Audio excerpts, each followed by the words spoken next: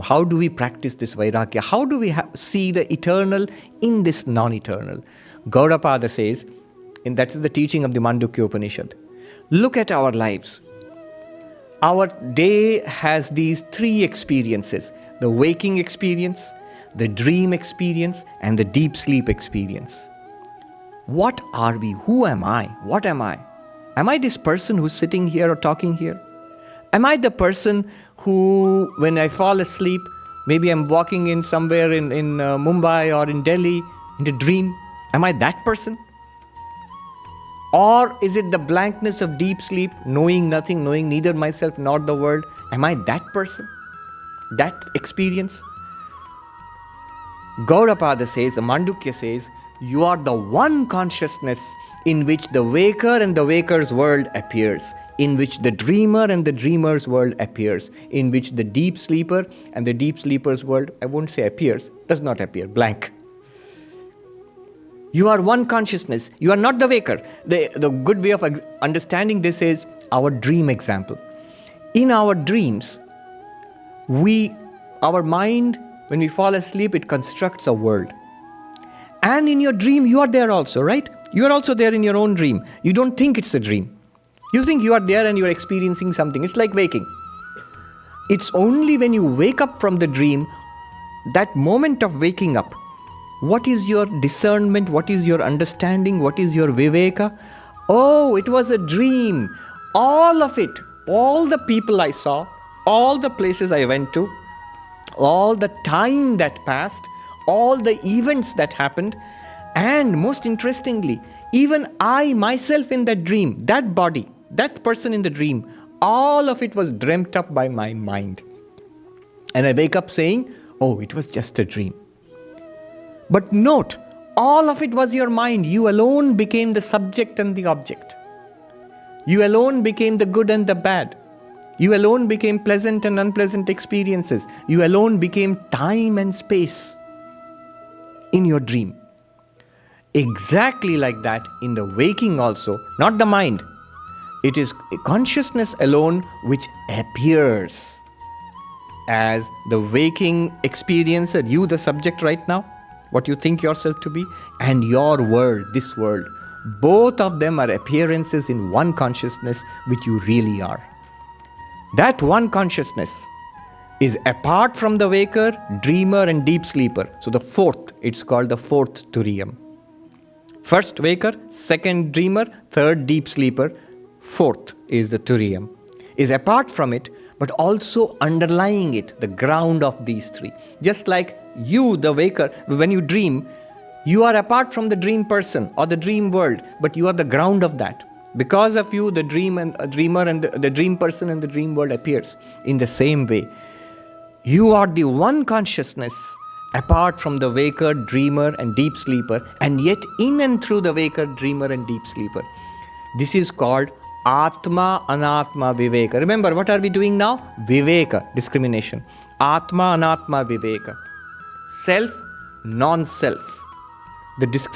Not nonsense, non-self.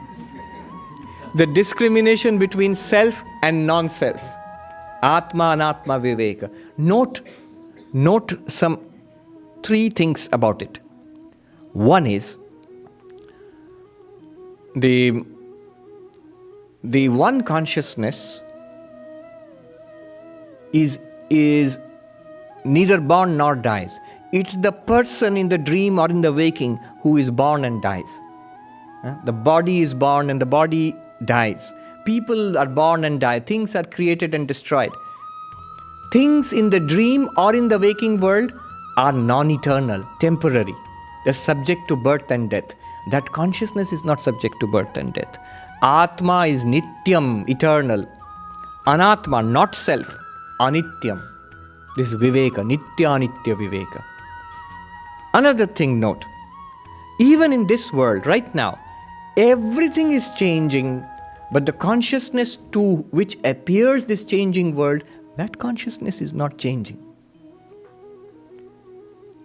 Body is changing. Body, traditionally they say 6 folds changes. Jayate, asti, vardhate, viparinamate, apakshiyate, nashyati. It is born, comes into existence, grows and develops, becomes mature, then begins to deteriorate in old age and finally dies. Sixfold changes. And all of them are noted by the same unchanging consciousness. Consciousness, the Atma, the self, non-changing.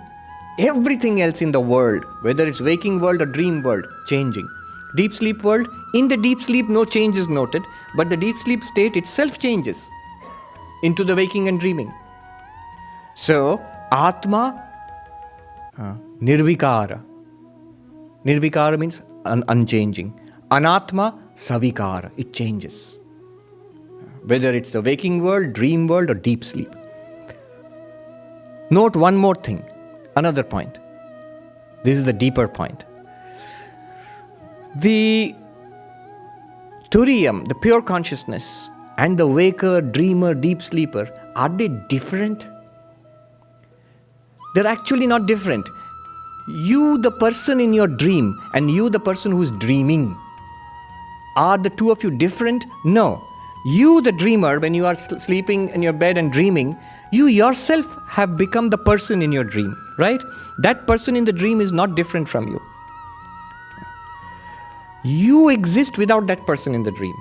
Because you were there before the dream started, you are there when the dream is there because you are dreaming it, and you will be there when the dream ends, when you wake up. But that person in the dream cannot exist without you.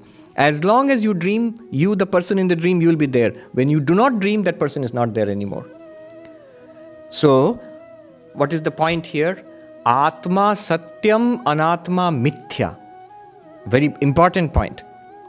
You, the pure consciousness, the witness consciousness, you are the reality, and the waker, dreamer, deep sleeper are the appearances. Just as the person in your dream is your appearance in the dream. Like a role an actor plays on stage. So, all of this, the waker, dreamer and deep sleeper, and the waker's world, dreamer's world, and the deep sleep darkness, they are all appearances of you, the one consciousness. That one consciousness, the Atma, Satyam, it is the truth, it is the reality. The rest, the other three are appearances. Shankaracharya, in his invocatory verses on the commentary to Mandukya Upanishad, he says, Maya Sankhya Turiyam, a very evocative phrase. The real Atman, Satchidananda, you are called the fourth only when you count through Maya. When you count 1, 2, 3, these 3 steps you count are false. They are not really there. Only with respect to waker, dreamer, deep sleeper are you the fourth. But really speaking, you are the one. Those 3 are your appearances. Atma Satyam, Anatma Mithya. The self is real. The non-self is an appearance. Put it all together. Atma, Anatma, Viveka. Number 1. Atma is Nityam, eternal, and the Anatma is non-eternal. Number 2. Number 3 is Atma is unchanging, Anatma ever-changing. Number 4 is that Atma is Satyam, Anatma Mithya. Put them all together, what you will get is this. If the Anatma is Mithya, can you really count it? It's like an example I gave. If I eat a cookie and then I like it, and at night in dream, I dream about eating 3 more cookies. In the morning, will I say I've eaten 4 cookies? I can't say that. I cannot count the dream cookies. It works the other way also. You earn a lot of money, you get a lot of money in your dream and win the lottery, and you're counting the dollar bills. That counting is of no good when you wake up. You can't take that money to the bank. No. But you don't have to pay taxes on it also. That's also there. So, you cannot count the false along with the real. You cannot count the appearance along with the reality. The two cannot be counted together. I give the example of the ornaments made of gold. So a necklace or a bangle or a ring made of gold, and gold itself. So if there are 3 ornaments, And then somebody mentions gold. So does it become 4? No. Gold is the one reality and the 3 are appearances of that one reality. You cannot count the 3 ornaments along with gold because gold is the reality of those 3 ornaments. If you cannot count waker, dreamer and deep sleeper and their universes along with the Turiya, then Turiya becomes one without a second. Ekam eva dvitiyam. One without a second. Without a second, if you put it in Sanskrit, it means Advaita. Without a second, if you put it in Sanskrit, it means Advaita. So you are Advaita. When you realize this, amanastam tadayati, the mind becomes without sankalpa, it becomes no mind. It still works. You can see the world. You can experience the world. You can use the mind. You can do everything. But like the princess of Kashi, you know it's not a separate reality out there which I have to chase or I have to be afraid of. You become fearless. You attain to fearlessness. Fearlessness is in fact the sign of enlightenment.